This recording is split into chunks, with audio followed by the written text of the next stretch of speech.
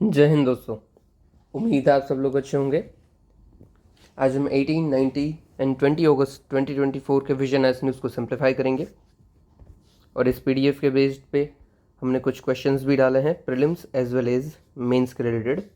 आप इसका answer comment section में दे सकते हैं और हमारे टेलीग्राम ग्रुप में भी दे सकते हैं। इसके हम आंसर कर पोस्ट कर देंगे ग्रुप में एज वेल एज जो कल वीडियो आएगा उसमें भी। चलिए शुरू करते हैं।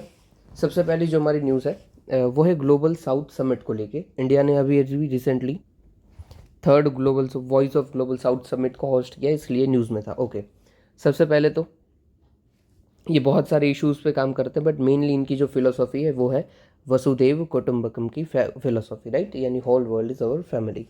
इसको आपको यूज़ करना है अपने कंक्लूजन में। यूजुअली यहाँ पे यूज़ होता है, इवन इंट्रो में भी डाल सकते हो, बट कंक्लूजन में ज़्यादा फिट बैठेगा। ठीक है, सबसे पहले ग्लोबल साउथ क्या है भाई? तो देखिए ये मैप देख लीजिए आप। ये जो ऑरेंज में कंट्रीज़ है ये यूजुअली लेस डेवलप्ड या फिर डेवलपिंग कंट्रीज़ है, और जो ऊपर आपको ग्रीन में दिख रही है वो सारी की सारी डेवलप कंट्रीज़ है। अभी इस डेवलप में साउथ में ही हुई ऑस्ट्रेलिया और न्यूजीलैंड भी हम काउंट कर लेते हैं। बाकी जो ऑरेंज वाली है वो सारी की सारी लेस डेवलप्ड या डेवलपिंग है। और इसी के बीच में जो ये लाइन खींच रही है वो लाइन का नाम है ब्रेंट लाइन। ठीक है, ये जो आपको येलो में दिख रही है ये है ब्रेंट लाइन। ओके, तो ये जो कंट्री नीचे आ रही है उसको हम ग्लोबल साउथ बोलते हैं, सेम पोजीशन वाली कंट्री बोलते हैं, Brandt line. Okay, so various countries that are sometimes described as developing और लेस डेवलप्ड और अंडर डेवलप्ड। ओके, जो सेपरेट करता है ग्लोबल नॉर्थ को rich countries by Brandt line. Rich country है ऑस्ट्रेलिया न्यूजीलैंड भी, इसलिए हम उसको सेपरेट करते हैं। इससे पहले 2 समिट ऑलरेडी हो चुके हैं। फर्स्ट हमारा हुआ था, फर्स्ट एंड सेकंड हुआ था जनवरी नवंबर 2023 में। ओके, इसमें किसने ने पार्ट नहीं लिया है तो हमने बुला ही नहीं था। चाइना पाकिस्तान इनवाइटेड नहीं थे। फिर उन्होंने इसमें हमने लॉन्च कर दिया है ग्लोबल डेवलपमेंट कॉम्पैक्ट। इसमें भाई हम क्या करेंगे, तो जो डेट दिया जाता है, उधार दिया जाता है, उसमें जो अनहिडन उनके एजेंडा होते हैं, जैसे कि चाइना का डेट ट्रिप पॉलिसी, उनका एजेंडा क्या होता है कि चुका नहीं पाएंगे, ज़मीन हथिया लेंगे। तो ऐसे सब फाइनेंस को बंद करना है और अच्छे से फाइनेंस लेना है। फिर ट्रेड डेवलपमेंट अच्छा करना है, सस्टेनेबल ग्रोथ करनी है। ओके ओके, फिर इंडिया इनमें फंडिंग भी देगा, कुछ कुछ हटाओ, ये सब बकवास है। हाँ, ये ध्यान रखना है, सिर्फ ये नाम ध्यान रखना है, ग्लोबल डेवलपमेंट कॉम्पैक्ट। ठीक है, चैलेंजेस क्या क्या है ग्लोबल साउथ के लिए? तो भाई ग्लोबल साउथ की जो गवर्नेंस है वो पुरानी पड़ती जा रही है, साथ ही साथ हमारे पास फाइनेंशियल इंस्टीट्यूशंस भी उनकी स्ट्रांग नहीं है। फिर टेक्नोलॉजिकल डिवाइड है ग्लोबल नॉर्थ और साउथ में, definitely we know it. Terrorism, extremism, separatism, ये सब भी हर जगह पे देखने को मिलता ही है। ओके, ये सब आपको पता ही है, राइट, बता नहीं रहा हूँ मैं खामखा। फिर इंडिया की एडवोकेसी क्या रही है ग्लोबल साउथ को लेके? तो हमने सोशल इम्पैक्ट फंड लेके आए हैं, जिसमें हम डिजिटल पब्लिक इंफ्रास्ट्रक्चर बनाते हैं ग्लोबल साउथ के लिए। 25 मिलियन तक का अपना फंड है। फिर global south young diplomatic forum हमने लॉन्च की है। सेम भी हमारा सेम काम होता है कि भाई एजुकेशन को प्रमोट करेंगे, कैपेसिटी बिल्डिंग को प्रमोट करेंगे यंग में यूजुअली, ठीक है, जो भी साउदर्न कंट्रीज़ है। फिर अफ्रीकन यूनियन को हमने G20 में अंदर ले लिया। फिर विजन ऑफ आरोग्य मैत्री भी लेकर आए, जिसमें हम मानते हैं कि वन वर्ल्ड वन हेल्थ, इसको भी आपको यूज़ करना है। ठीक है, एग्जाम्पल क्या है, तो हमने जन औषधि केंद्र शुरू किया है अफ्रीकन और पैसिफिक आइलैंड कंट्रीज़ में। जन औषधि केंद्र क्या होता है, तो सस्ती मेडिसिन दी जाती है, मतलब जो भी आपको मेडिसिन मिलती है उनकी जेनेरिक मेडिसिन दी जाती है। ठीक है, यहाँ पे इंडिया में भी बहुत सारी जगह, इवन मेरे घर के आजू बाजू 2 खुले हुए हैं राइट लेफ्ट में जन औषधि, यहाँ पे आपको सस्ती मेडिसिन मिलती है, दैट्स इट। ठीक है, याद क्या रखने का है, ब्रेंट लाइन याद रखने का है। सॉरी, और ऑस्ट्रेलिया न्यूजीलैंड जो आते हैं वो आपको याद रखना है ना कि ये नॉर्थ में है। और ये इंडिया के कुछ इनिशिएटिव याद रख लीजिए। ये आरोग्य वाला याद रख लीजिए, आरोग्य विजन ऑफ आरोग्य मैत्री, one health one world one health. फिर अफ्रीकन यूनियन वाला आपको पता ही है। ये 2 बहुत हो जाएंगे। ठीक है, चलिए नेक्स्ट देखते हैं, इसको बाद में देखते हैं, इतना काम का नहीं है, इसको भी बाद में देखते हैं। ये देख लीजिए, ये अच्छा न्यूज़ है। क्या बोला है कि भाई बन्नी जो ग्रासलैंड है उसके भी हमने अलग अलग एरिया को डिफरेंटली एसेस किया है। ओके, सबसे पहले बन्नी ग्रासलैंड है कहाँ पे और क्या है बात? तो देखो, ये जो इंडिया का हिस्सा है गुजरात वाला, गुजरात के ऊपर वाले हिस्से में आता है कच्छ। ठीक है, कच्छ डिस्ट्रिक्ट है गुजरात की, और इसमें जो बीच में आता है ये है बन्नी ग्रासलैंड।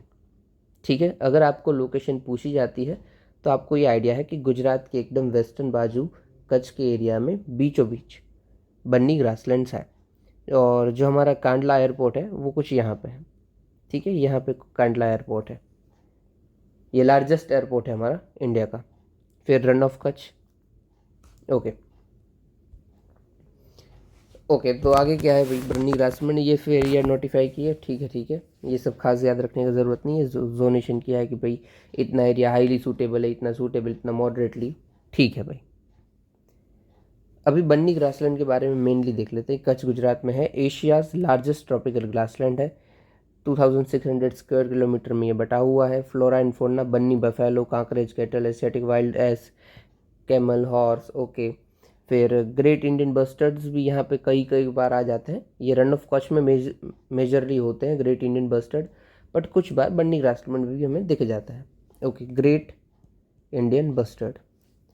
फिर कल्चरल सिग्निफिकेंस क्या है भाई, तो यहाँ पे बहुत सारी कम्युनिटीज़ रहती है, उसमें से एक फेमस है मालधारीज। ठीक है, मालधारी सिल्वी पेस्चरलिस्ट होता है। मतलब कि ये सिल्वी पेस्चरलिज्म क्या होता है, सिल्वी पेस्चरलिज्म जहाँ पे trees, live stocks as well as pasture की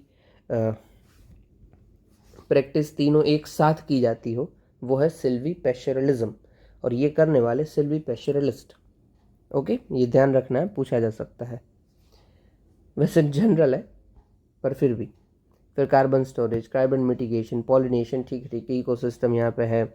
फिर इधर एक और फिनोमेनन है जो कि फेमस है, ये भी आपको याद रखना है, डांसिंग लाइट फिनोमेनन, जिसको चीर बाती या फिर घोस्ट लाइट फिनोमेनन भी बोलते हैं। देखो क्या होता है उसमें, जो इनका रन ऑफ कच्छ वाले एरियाज़ है, यहाँ पे कुछ कुछ पानी वाला दिख जाता है, तो हमें ऐसा कुछ दिखने लगता है, ऐसी लाइट्स दिखने को मिलती है। ये देख रहे हो ना आप यहाँ पे, इसी को बोलते हैं चीर बाती फिनोमेनन। ठीक है, चीर बत्ती फिनोमेनन, बत्ती बत्ती, चीर बत्ती फिनोमेनन। ठीक है, और कुछ कुछ आसमान भी आपको ऐसा दिखेगा। ओके, इसको गोस्ट लाइटिंग भी बोलते हैं। देखो क्वेश्चन क्या इससे आ सकता है, सबसे पहले तो ये चीर बत्ती फिनोमेनन क्या है, फिर दूसरा ये जो ग्रासलैंड है वो एशिया का लार्जेस्ट ग्रासलैंड है, फिर कौन सी कम्युनिटीज़ यहाँ पे है तो मालधारी, और कौन से लोकेशन पे ये पड़ता है, दैट्स इट। ठीक है, ग्रासलैंड रेस्टोरेशन के लिए इंडिया ने क्या क्या कर लिया है, तो लैंड डिग्रेडेशन न्यूट्रलिटी कमिटमेंट है। फिर चीता इंट्रोडक्शन हम इस एरिया में कर रहे हैं, आगे करेंगे, चालू हो गया है काम का थोड़ा थोड़ा। फिर डिक्लेयर करेंगे प्रोटेक्टेड एरियाज़, और बन्नी ग्रासलैंड रेस्टोरेशन प्रोजेक्ट भी लेके आए हैं 2019 में। ओके, फिर नीचे देखते हैं। हाँ, यही थोड़ा काम का था, जो हो गया उसको हम राइट टिक मार लेते हैं, एक सेकेंड। Melting permafrost. सबसे पहले परमाफ्रॉस्ट क्या होता है, देखिए कोई भी एरिया है वो बहुत टाइम से फ्रोज़न हुआ है, ठीक है, मतलब एकदम चिल्ड हो चुका है, जम चुका है, और इसको 2 साल से ज़्यादा हो चुका है, तो उसको हम परमाफ्रॉस्ट बोल देंगे। ठीक है, ग्राउंड्स दैट रिमेन फ्रोजन और colder at least for 2 years straight. ठीक है, इसमें क्या क्या हो सकता है, तो सॉइल, रॉक, सैंड, आइस हो सकते हैं। आर्कटिक एंटार्क्टिक वाले एरिया में हमें ये ज़्यादा देखने को मिलता है, और माउंटेनियस एरियाज में भी हमें देखने को मिलता है। हिमालयाज है हमारे पास एग्जांपल। परमाफ्रॉस्ट रीजन क्या है, तो ये हमेशा कवर्ड नहीं होता है स्नो में, डिस्पाइट ग्राउंड बीइंग फ्रोजन। मतलब कि ऐसा ज़रूरी नहीं है कि इनका जो ग्राउंड है उसके ऊपर स्नो आपको दिखे ही दिखे, बट जो उनका ग्राउंड होता है वो फ्रोज होता है। ठीक है, फ्रोजन होने का मतलब और स्नो होने का मतलब अलग अलग है। ठीक है, ओके। इंजर्ड क्या होता है, ग्राउंड जम गया होता है, एकदम ठोस हो चुका होता है, बर्फीला हो चुका होता है, उसके ऊपर स्नो नहीं होती, that's it. Impact of melting permafrost क्या होगा, देखो बहुत सारे टाइम से अगर ये एकदम जम चुका है तो इसके अंदर बहुत सारी गैसेस भी जम चुकी होगी, राइट। तो अगर ये पिघल जाएगा, ये परमाफ्रॉस्ट पिघलेगा, तो इसके अंदर से गैसेस भी निकलेंगी ना, तो जीएचजी इमिशन होगा, कार्बन डाइऑक्साइड, मीथेन, ये सब अपने एटमॉस्फेयर में रिलीज हो जाएंगे। इसीलिए परमाफ्रॉस्ट बहुत ही इंपॉर्टेंट होते हैं कि उनको हमें बचा के रखना है। फिर एंशियंट बैक्टीरिया और वायरसेस आ सकते हैं, इसको हम ज़ॉम्बी वायरस भी बोलते हैं, ज़ॉम्बी वायरस। तो हमें पता नहीं है कि कौन से वायरसेस और बैक्टीरिया उधर जमे हुए हैं, अगर ये पिघलेगा तो आ जाएंगे भाई। और ये थ्रेट कर सकता है over 5 million peoples in Arctic region due to potential release of mercury. यही न्यूज़ में था, इसमें बोलते हैं कि परमाफ्रॉस्ट के एरियाज़ में बहुत सारी मर्क्यूरीज जमी हुई है, मर्क्यूरी जमा हुआ है। अगर ये मेल्ट होगा तो मर्क्यूरी भी रिलीज हो जाएगा और इससे बहुत सारे लोग मर सकते हैं। ओके, बाकी सी लेवल राइज ये सब कॉमन है, ठीक है, वो इरोजन और लैंडस्लाइड्स हो सकती है, ये सब बकवास बातें हैं, नॉर्मल है। ओके, क्या बात भाई, दूसरे टर्म परमाफ्रॉस्ट इन यूकुम, जो हम बात कर रहे हैं किस एरियाज में से मर्क्यूरी निकल सकती है, तो यूकुम रिवर का एरिया है, ठीक है ठीक है ठीक है।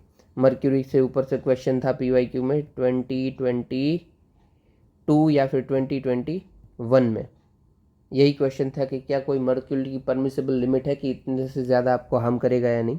वैसा मर्क्यूरी नेचुरली अकरिंग मेटल है, ठीक है, only metal that is liquid at home. आपने कहा पता नहीं देखा या नहीं, कोई कोई लोग ना अपने गेहूँ चावल होते हैं उसमें मर्क्यूरी की बोल बना के डालते हैं, उससे वो फ्रेश रहती है और ये एकदम लिक्विड जैसा रहता है, आप उसको पकड़ नहीं पाओगे, पकड़ोगे वरी ये भागेगा भागेगा, हाथ में नहीं आएगा। मर्क्यूरी के एक्सपोजर आप होते हो तो आपको डेफिनेटली हेल्थ प्रॉब्लम हो सकती है। नेचुरल सोर्सेज क्या हैं, तो जियोथर्मल स्प्रिंग्स, वॉल्केनोज एसेट्रा है। एंथ्रोपोजेनिक क्या है, तो कॉल और hazardous waste, gold mining. Health hazards क्या हो सकता है, तो नर्व सिस्टम डैमेज हो सकती है, डाइजेस्टिव सिस्टम, इम्यून सिस्टम। इसके लिए कन्वेंशन भी है, मीना माता कन्वेंशन, ठीक है, क्योंकि इनसे मीना माता डिजीज होता है, इसीलिए कन्वेंशन का नाम भी मीना माता कन्वेंशन, ठीक है। और ये क्या काम करता है मीना माता कन्वेंशन, मर्क्यूरी लेवल को कंट्रोल करना है, दैट्स इट, ठीक है। चलिए इसको भी हो गया है, टिक मार लेते हैं। फिर वही RBI ने रिकॉग्निशन दी है, framework for recognition of self regulatory organisation. Okay, सबसे पहले सेल्फ रेगुलेटरी ऑर्गेनाइजेशन फ्रेमवर्क क्या है, तो ऐसी non profit companies, not for profit companies, जिसका मेन मोटिव प्रॉफिट कमाने का नहीं है, और जो सेक्शन 8 ऑफ कंपनीज एक्ट 2013 में रजिस्टर्ड है, वो है सेल्फ रेगुलेटरी ऑर्गेनाइजेशन। इनका मेन मोटो क्या होता है कि भाई बैंक की तरह काम करते हैं ये लोग, और मिनिमम इनका नेटवर्थ कितना होना चाहिए, तो 10 करोड़ से कम, तभी ये इसमें काउंट होगी। क्या करती है, इसका काम क्या है, तो इन्फॉर्म करेगी RBI को, भाई डेवलपमेंट रेट बातों के लिए कोई RBI ने काम बोला होगा तो वो करेगी और रिपोर्ट भी देगी RBI को, ठीक है। रेगुलेटेड एंटिटीज़ क्या होती है, तो कोई भी ऐसी एंटिटीज़ जो कि कोई रेगुलेशन, कोई स्पेसिफिक फ्रेमवर्क के अंदर आती है और कोई उसको रेगुलेटरी अथॉरिटी के अंदर काम करना होता है, दैट्स इट, ठीक है, और कुछ भी इसमें काम का नहीं है। ये बस हम लेके क्यों आए थे, तो भाई सेबी RBI बहुत सारी चीज़ों को रेगुलेट करते हैं और थोड़ा काम हेवी हो जाता है, इसीलिए वो बोल रहे हैं कि हमें प्रमोट करना चाहिए self regulation by self regulatory organisation framework, ठीक है।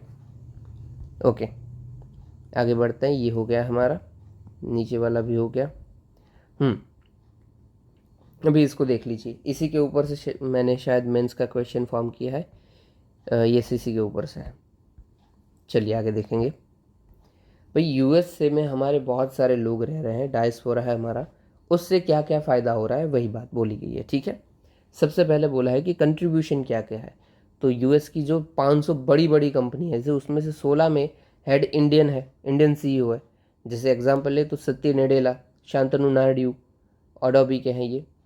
फिर कल्चरल सिग्निफिकेंस, दिवाली, होली जैसे हम फेस्टिवल सेलिब्रेट्स करते हैं, ठीक है, एक उसका भी एग्जांपल है। जैसे कि विकास खन्ना शेफ़ हैं, इनकी होटल्स में ये सेलिब्रेट होता है, ओके। फिर इनोवेशन, रिसर्च, डेवलपमेंट में भी हमारा मेजर रोल रहता है, जैसे कि फेमस पर्सनालिटी हरगोविंद खुराना, अभिजीत बनर्जी, मंजुल भार्गव, आपको याद नहीं है तो कोई दिक्कत नहीं याद करने की। फिर गवर्नमेंट और पब्लिक सर्विस में भी रहता है, जैसे कि कमला हैरिस, ये प्रेसिडेंट की कैंडिडेट भी है इस साल। फिर बॉबी जिंदल, ये अमेरिकन फर्स्ट गवर्नर थे इंडियन, ओके। तो ये हमारा कंट्रीब्यूशन है कि अब तक हमने ये कुछ कर लिया है, थोड़ा थोड़ा सा आइडिया।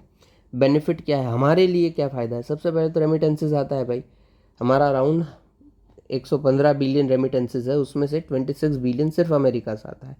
दूसरा FDI भी आता है, फॉरेन डायरेक्ट इन्वेस्टमेंट भी आएगा अमेरिका से, ओके। फिर ब्रेन गेन होता है कि उधर हम जाते हैं तो कुछ कुछ सीखते हैं, ठीक है। 20% of Indian unicorn have co founder of leverage US higher education, मतलब कि हमारे यहाँ पे जितने भी यूनिकॉर्न बन रहे हैं, यूनिकॉर्न क्या होता है भाई, सबसे पहले तो जो भी कंपनी भाई 1 बिलियन का मार्क टच कर ले, ठीक है, मतलब स्टॉक मार्केट में लिस्ट हुए बिना 1 बिलियन कमा ले, उसको हम यूनिकॉर्न बोलते हैं, ठीक है। तो वही यूनिकॉर्न जितने भी इंडिया में बन रहे हैं उसमें से 20% के आसपास यूनिकॉर्न जो फाउंडर हैं यूनिकॉर्न के वो यूएस से पढ़ के आए हुए हैं, जैसे कि राहुल चैरी फ़ोनपे के, हर्ष जैन एंड भाविन सेठ ड्रीम11 के। तो ये फ़र्क पड़ता है, राइट, ब्रेन गेन है ये। फिर पॉलिटिकल डिप्लोमेसी और लॉबिंग में भी हमें डेफिनेटली काम आते हैं, ठीक है। एग्जाम्पल उनका क्या है, तो गीता गोपीनाथ, रघुराम राजन, सौम्या स्वामीनाथन। फिर कल्चरल डिप्लोमेसी भी है, हम योगा, अपना आयुर्वेदा, क्यूजीन उनको यूज़ करते हैं। इसमें तो हम ये भी देख सकते हैं इस्कॉन वाले जो बहुत मस्त करते हैं काम भाई। फिर US Indo scientific collaboration, Nisar और आईसेट, ठीक है, ये आपको पता है, ठीक है। इस्कॉन वाले भाई क्या कर, ये भक्ति मूवमेंट फैला रहे हैं, ठीक है। इससे क्या होता है, सॉफ्ट पावर बिल्डअप होती है इंडिया की, क्योंकि बहुत सारे लोग इस्कॉन के साथ जुड़ते हैं। और इससे क्या, इन शॉर्ट तो वो इंडिया के ही जुड़ रहे हैं ना। यहाँ पे रिलीजन को आप इमेज मत करो, एज अ होल इंडिया को देखो, तो इंडिया से जुड़ रहे हैं, सिर्फ एक रिलीजन से नहीं। तो इससे फ़ायदा होता है इंडिया को, सॉफ्ट पावर बहुत अच्छी से बिल्डअप होती है, ठीक है। ये भी हो गया, ठीक है, मेन फ़ायदे। और देखो आपको कुछ भी नहीं आता है ना, कोई भी क्वेश्चन में नहीं आता है, तो एक बस छोटा सा याद रख लिए, पेस्टल। इससे आपको पॉइंट बनाने हैं, P for political, E for economical, S for scientific, T for technological और S फॉर सोशल भी ले सकते हैं, जो भी आपको फिट बैठ रहा है। टेक्नोलॉजिकल है तो सोशल ही लीजिए। E फॉर, ये E को लीला था तो इसको लीजिए, एनवायरमेंटल। L फॉर लीगल, ठीक है। ये पेस्टल, आपका कोई भी क्वेश्चन में इसको यूज़ कीजिए ही कीजिए, आपके क्वेश्चन बन जाएंगे, ठीक है। और एक डायमेंशन आपको डालना है, तो पेस्टल C रख दीजिए, कल्चर। देखो इसमें ही हमारे बहुत सारे आ जाएंगे, जैसे इकोनॉमिक आ गया, पॉलिटिकल आ गया, कल्चरल आ गया, साइंटिफिक आ गया। देखो इसी के पॉइंट्स है ना, पेस्टल के ही पॉइंट है। और ब्रेन गेन इज सोशल, ठीक है। तो इसको यूज़ कीजिए, पेस्टल आप हमेशा याद रखोगे। इनिशिएटिव क्या क्या है भाई, डायवर्सिफाई की, तो नो इंडिया प्रोग्राम, प्रवासी भारतीय दिवस, इंडियन कम्युनिटी वेलफेयर फंड। अभी प्रवासी भारतीय दिवस हम हर 2 साल में सेलिब्रेट करते हैं, 9 जनवरी को। ये मुझे बताइए भाई, क्यों 9 जनवरी को ही करते हैं, ठीक है। ये आपका क्वेश्चन है, आपको पता हो तो कमेंट सेक्शन में ज़रूर बताइएगा। चलिए next news, union minister writes UPSC to cancel lateral entry advertisement, ठीक है। सबसे पहले काम का नहीं है इतना, लेटरल एंट्री होती क्या है भाई, तो यूपीएससी जो भी ट्रेडिशनल रिक्रूटमेंट करवा रहा है उसके आउटसाइड को रिक्रूटमेंट हो, वो है लेटरल एंट्री, ठीक है। ये हम किसके लिए लेके आए थे भाई, तो समझ लीजिए कोई फील्ड में कोई बंदा ऑलरेडी एक्सपर्ट है तो उसके ओपिनियन हमें मिल जाए, इसके लिए लेके आए थे। मैन पावर मिल जाए डेफिनेटली, और टैलेंट पूल भी और हमें बड़ा मिल जाए, दैट्स इट, ठीक है। और देखो मेन क्या है कि एक देखो यहाँ पे लिखा है अवेलेबिलिटी ऑफ मैन पावर क्यों कम है, तो अराउंड 450 IAS सेंटर पे काम कर रहे हैं, अगेंस्ट रिक्वायर कितने हैं, तो 1500 जितने हैं। वैसे यूपीएससी चाहे तो 1 साल में भर दे, पर इतनी वो बाहर निकालता नहीं है जगह, ठीक है। तो ये इतना ही था, ठीक है। आर्ग्यूमेंट क्या है फेवर में, तो वही एक्सपर्ट आएंगे, वाइड पूल होगा, ये वो। आर्ग्यूमेंट अगेंस्ट क्या है भाई, डिफ़िकल्ट है अकाउंटेबिलिटी को मेजर करना, टैलेंट को, क्लैरिटी को, रिजर्वेशन, ये सब कुछ बहुत दिक्कत वाला है, इसीलिए बंद किया। इसको किसने इंट्रोड्यूस किया था, 2018 में नीति आयोग के द्वारा इंट्रोड्यूस हुआ था, 3 ईयर एक्शन एजेंडा था, और सेकेंड ARC रिपोर्ट ने भी इसको बोला था कि ये करो, ओके। अदर इनिशिएटिव क्या क्या है, ब्यूरोक्रेसी को स्ट्रॉन्ग करने के लिए, तो डेप्यूटेशन टू प्राइवेट सेक्टर, ठीक है। मतलब कि कोई बंदा है उसको आप ट्रेनिंग लेने भेज दो ना आप किसी प्राइवेट सेक्टर में, वो एक्सपर्ट और कंपटीशन दोनों बन जाएगा भाई। फिर एक्सपर्टीज़ और कंपटीशन दोनों लेके आएगा। फिर गोल सेटिंग और ट्रैकिंग करवाओ, उसको कोई एम बना दो, वो करेगा। फिर अप्रेजल मैकेनिज्म लेके आ जाइए, और पब्लिक एडमिनिस्ट्रेशन यूनिवर्सिटीज़ भी इस्टेब्लिश कीजिए, जहाँ पे मेन फोकस क्या होगा, तो सिविल सर्वेंट को सर्व करने का, ठीक है। चलो इसको आप कहाँ पे यूज़ करोगे भाई, डेफिनेटली पहले तो गवर्नेंस का जो भी क्वेश्चन होगा वहाँ पे आप इसको यूज़ कर ही पाओगे, और एथिक्स का भी कोई क्वेश्चन आता है तो वहाँ पे भी आप इसको यूज़ कर पाओगे कि कैसे ब्यूरोक्रेसी में एथिक्स को डेवलप किया जाए, उनकी प्रोडक्टिविटी, अकाउंटेबिलिटी, ट्रांसपेरेंसी, कुछ भी पूछा गया हो हर एक में आप इसको यूज़ कर सकते हो, ठीक है। चलिए फर्स्ट हो गया, सेकंड हो गया, इसको भी टिक मार लेते हैं, इसको भी टिक मार लेते हैं, थर्ड भी हो गया, फोर्थ भी हो गया। हाँ बड़े न्यूज़ हो गए सारे, राइट। एक मिनट बस गो थ्रू कर लूँ मैं, हो ही गए। ओके, तो अब हम शॉर्ट न्यूज़ देखते हैं। शॉर्ट न्यूज़ में सबसे पहला है राइज एक्सेलरेटर, इन शॉर्ट हमारे इंडिया की अटल इनोवेशन मिशन और ऑस्ट्रेलिया की सिसरो, इन दोनों ने मिलकर एक एग्रीमेंट साइन किया है, राइज एक्सेलेरेटर। इसमें क्या करेंगे, एक दूसरे बिजनेस अपने से एक साथ आएंगे और अपना बिजनेस बढ़ाने की कोशिश करेंगे। इसमें स्टार्टअप्स भी आएंगे, एमएसएमईज भी आएंगे, एक दूसरे को आइडेंटिफाई करेंगे और नई मार्केट उनको मिलेगी। दैट्स इट, ठीक है। इसीलिए नाम है राइज, कि दोनों के भाई स्टार्टअप्स और वो सब राइज कर पाए। ओके, राइज का मतलब ही क्या है, rapid innovation and startup expansion. Okay, नाम से ही पता चल रहा है, बस आपको बस नाम ही याद रखना है कि कौन सी कंट्री के बीच में साइन है। ये प्रीलिम्स में इतना ही काम का है, और मेंस के लिए अगर ऑस्ट्रेलिया के रिलेशन में क्वेश्चन आता है तो उधर हम इसको यूज़ कर सकते हैं। फिर है फुट माउथ डिजीज़, ये जानवरों में होता है। कैसे जानवर, जो कि हैं क्लोवन हुफ्ड। क्लोवन हुफ्ड क्या होता है, तो जो गाय जैसे पैर होते हैं ना ऐसे, उसको हम क्लोवन हुफ्ड बोलते हैं। ओके, ये किन किन को होता है भाई, तो cattle, buffalo, sheep, goats, pigs, सबके पैर एक जैसे होते हैं। आप थोड़ा मेजर कीजिएगा। पर किसको नहीं होता, एक्सेप्शंस क्या क्या है, तो हॉर्सेस, डॉग्स एंड कैट्स को नहीं होता है। ओके, इस बीमारी में ये एफ्थो वायरस है और ये फैमिली बिलोंग करता है पाइसोर एंड विरेडे। अभी देखो, ये जब भी आपको एफ्थो ऐसा कुछ भी पॉक्स वायरस ऐसा दिख जाए तो आपको पता चल जाना चाहिए इसमें डॉट तो होते ही हैं सेम। तो यहाँ पे ब्लिस्टर हमें देखने को मिलता है on tongues and lips. Okay, क्या फ़र्क पड़ता है, तो मिल्क की यील्ड कम हो जाती है, इनफर्टिलिटी आ जाती है, ग्रोथ रेट कम हो जाती है। ओके ओके स्टेप्स टेकन क्या आता है, तो national animal disease control programme and foot mouth disease eradicating for foot mouth disease and brucellosis.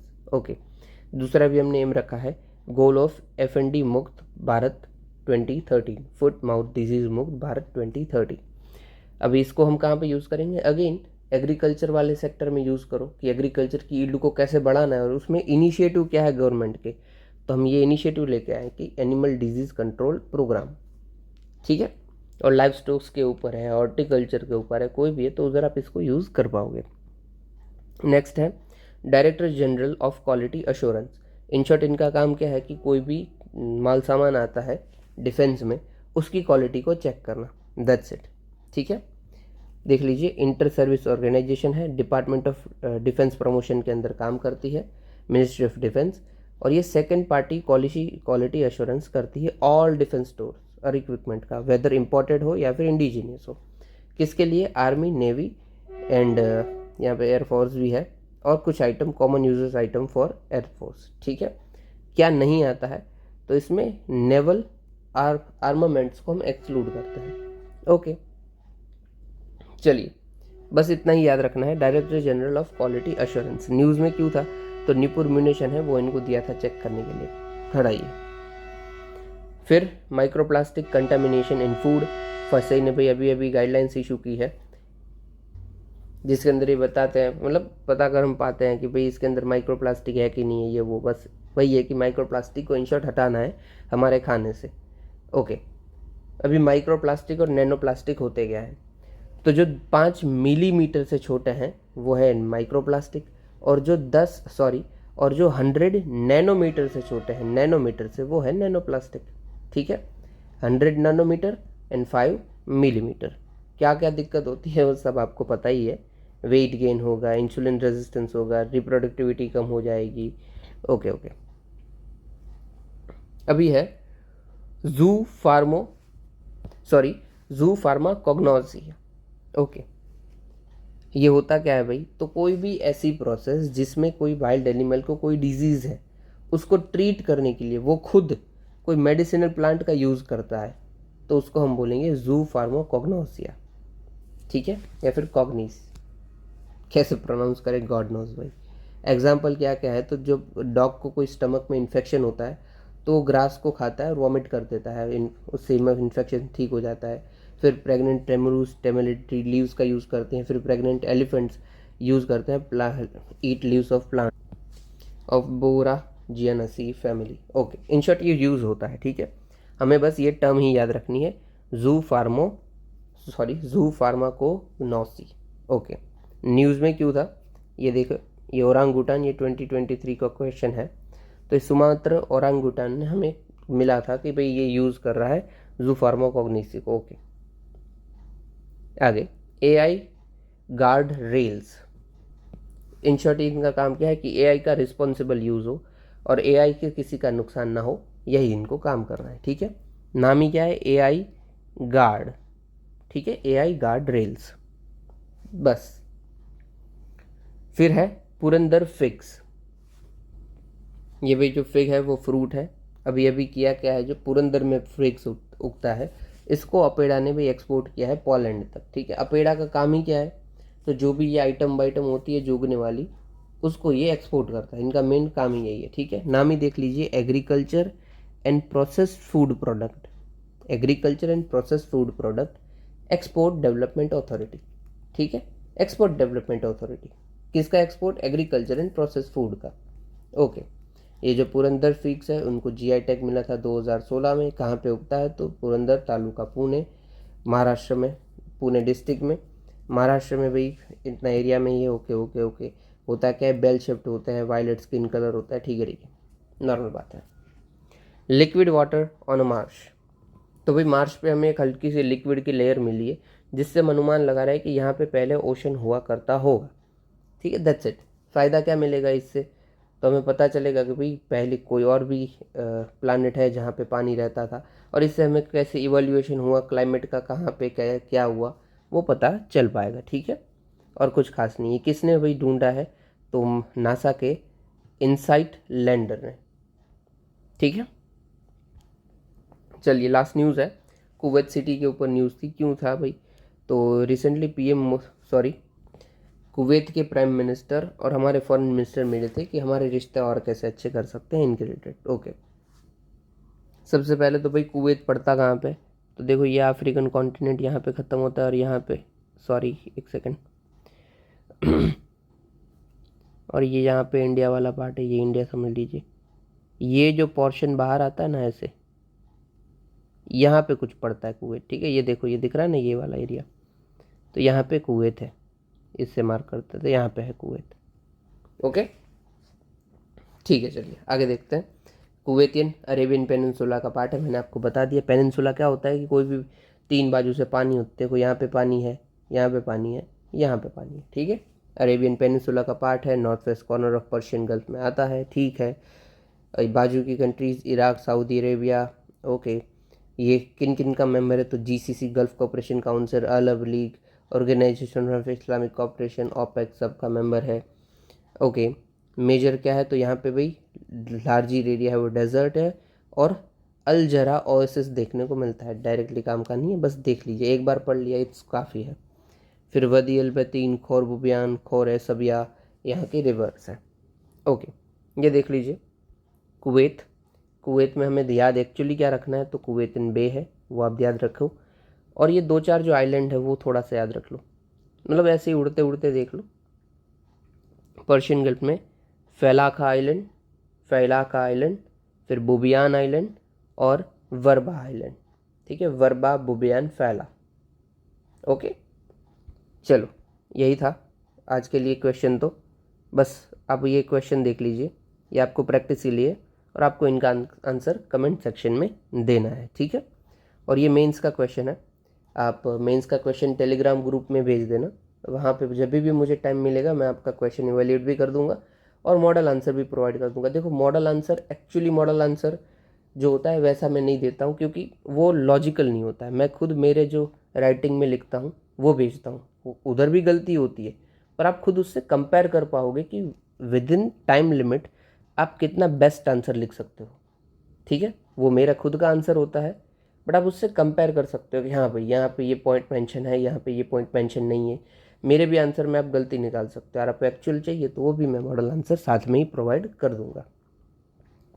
Okay, तो आप ग्रुप में डाल दीजिएगा। ये आज का क्वेश्चन है, यू जो डायस्पोरा के ऊपर हमने देखा था वही 3 इसके अंदर पैरामीटर्स हैं जो आपको एड्रेस करने हैं। सबसे पहला है इंडियन डायस्पोरा का रोल क्या है यूएसए के अंदर, फिर इससे हमें क्या फ़ायदा मिल रहा है, एडवांटेज क्या है, और गवर्नमेंट ने क्या क्या इनिशिएटिव लिए हैं। ठीक है, इसको बढ़ाने के लिए 3 पैरामीटर हैं। ओके,